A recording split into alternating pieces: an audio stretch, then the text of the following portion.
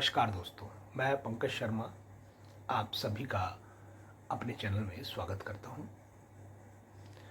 आज हम बात करेंगे मकान से संबंधित, चाहे वो मकान किराए का हो, चाहे वो आपका अपना हो।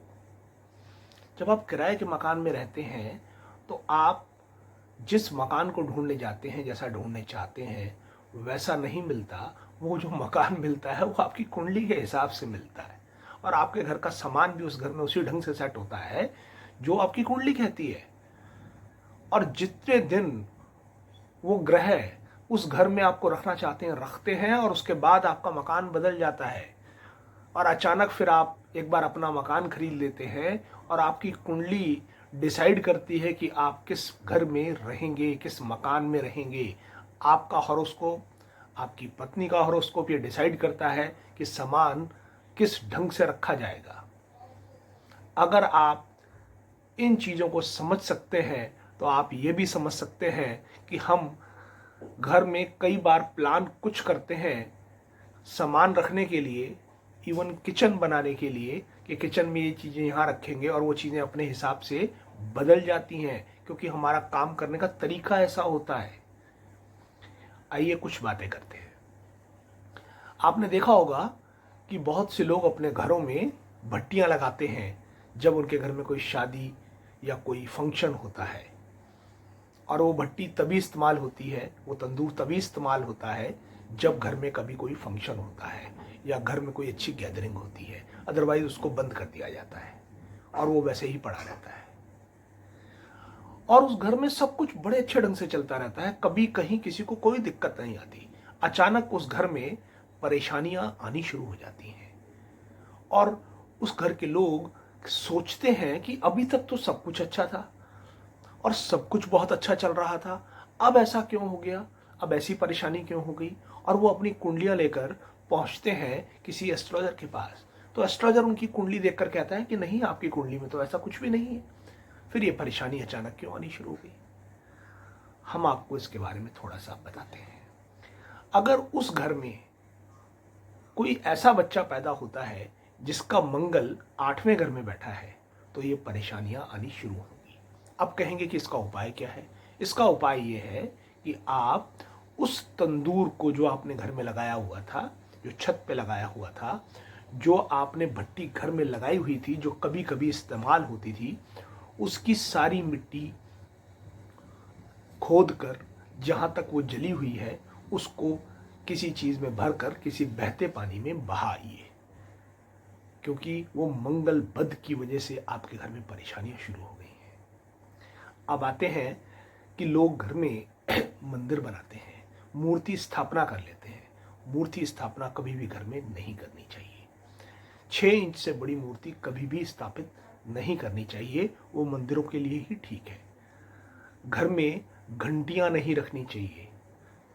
मैं ये नहीं कह रहा कि हर एक आदमी को नहीं रखनी चाहिए, कुछ ग्रह ऐसे होते हैं, वो तो कुंडली देखकर ही पता लगेगा, मगर मैं आपको सजेस्ट करूंगा कि घर में डमरू, त्रिशूल, घंटियां ये नहीं रखनी चाहिए।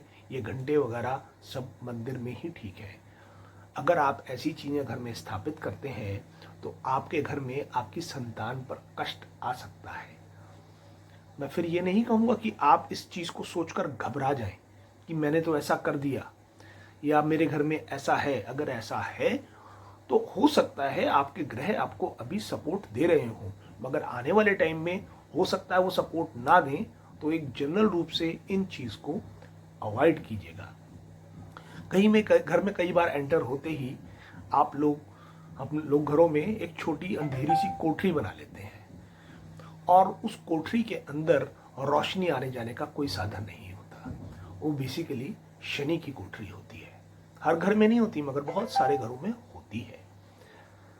अगर आप इस कोठरी के अंदर रोशनदान खोल देते हैं, या कोई खिड़की खोल देते हैं, या कोई एक नया दरवाज़ा खोल देते हैं, जिससे कि उस कमरे के अंदर रोशनी आनी शुरू हो जाए, तो आप उस शनि की बंद कोठरी को खराब कर देते हैं, जो आपकी माया की मालिक है, जो आपके पैसे की मालिक है, जो आपकी संतान की मालिक है। तो मैं आपसे ये रिक्वेस्ट करूंगा, अगर आपके घर में ऐसी कोई कोठरी है तो उसको हमेशा कायम रखें। क्योंकि घर जब भी बनता है या जब भी मिलता है वो आपकी कुंडली के हिसाब से ही मिलता है। उसमें ऐसा कोई हेर फेर मत कीजिएगा जिसकी वजह से आपको कष्ट उठाना पड़े। क्योंकि देखा यह गया है कि जो लोग शनि की ऐसी कोठरी को वेंटिलेशन करवा देते हैं या कोई खिड़की एक्स्ट्रा बनवा देते हैं, उस शनि की अंधेरी कोठरी को कायम नहीं रखते, उनकी संतान पर कष्ट आना शुरू हो जाता है। और उस कष्ट के आने से कई बार उनके घर में आगे फर्दर संतान उत्पत्ति नहीं होती। इसके अलावा कई बार आपने देखा होगा कि लोगों की जो बड़ी बड़ी कोठियां होती हैं, हवेलियां होती हैं, जो पुश्तों ने बनाई थी, उन घरों के अंदर तहखाने में छोटी छोटी तिजोरियां बनाई जाती हैं। ऐसे गड्ढे बनाए जाते हैं जिनके अंदर वो जवाहरात, हीरे रख सकें, अपना धन संभाल सकें। बाई वर्च्यू ऑफ टाइम कई बार ऐसा होता है कि उन हवेलियों की जो एक संपन्नता थी वो ख़त्म हो गई और आपके पास वो हीरे जवाहरात नहीं बचे। तो उस केस में क्या होता है कि उस घर का जो मालिक है उसको कष्ट आने शुरू हो जाते हैं और वो ये सोचता है कि मैं तो इतनी बड़ी मिल्कियत का मालिक हूँ और अब मेरे साथ ऐसा क्यों हो रहा है। तो मेरे दोस्त, उस केस में अगर उन गड्ढों के अंदर, उन छोटी छोटी तिजोरियों के अंदर छुआरे, बादाम या कोई मिठाई, मीठी चीज़ें रख दी जाएं तो ये असर ख़त्म हो जाएगा और उनके पास संपन्नता वापस आ जाएगी। इसी तरह आपने देखा होगा कि बहुत से लोग ऐसा मकान खड़ा कर लेते हैं जिस मकान के अंदर कच्ची मिट्टी होती ही नहीं है, सारा का सारा फर्श ही होता है। तो ऐसे केस में शुक्र कायम नहीं रहता और उस घर में रहने वाली स्त्रियां, इवन जो लड़कियां 18 या 20 साल से ऊपर हो चुकी हैं, जो शादी लायक हैं, उनकी शादियों में अड़चने आनी शुरू हो जाएंगी। उस घर की स्त्री बीमार रहने लग जाएगी क्योंकि शुक्र कायम नहीं है और शुक्र कायम ना होने की वजह से ये कष्ट आने शुरू हो गए। या तो आप कच्ची ज़मीन छोड़िए, और अगर आपने कच्ची ज़मीन किसी कारणवश नहीं छोड़ी है और आपने एक बहुत अच्छा आलीशान मकान बना लिया है तो उस केस में आप घर में या तो गाय पाल लीजिए। अब आप कहेंगे इतने आलीशान मकान को बनाने के बाद मैं गाय तो नहीं पाल सकता, तो सबसे अच्छा तरीका ये है कि आप एक आलू का पौधा लगा लीजिए किसी गमले में। आलू शुक्र है और शुक्र के कायम होते ही स्त्री के सारे कष्ट खत्म हो जाएंगे। मेरे दोस्तों, उम्मीद करता हूँ आपको ये वीडियो अच्छा लगा होगा और ऐसे वीडियोस मैं और जल्दी ही लेकर आता रहूँगा। धन्यवाद।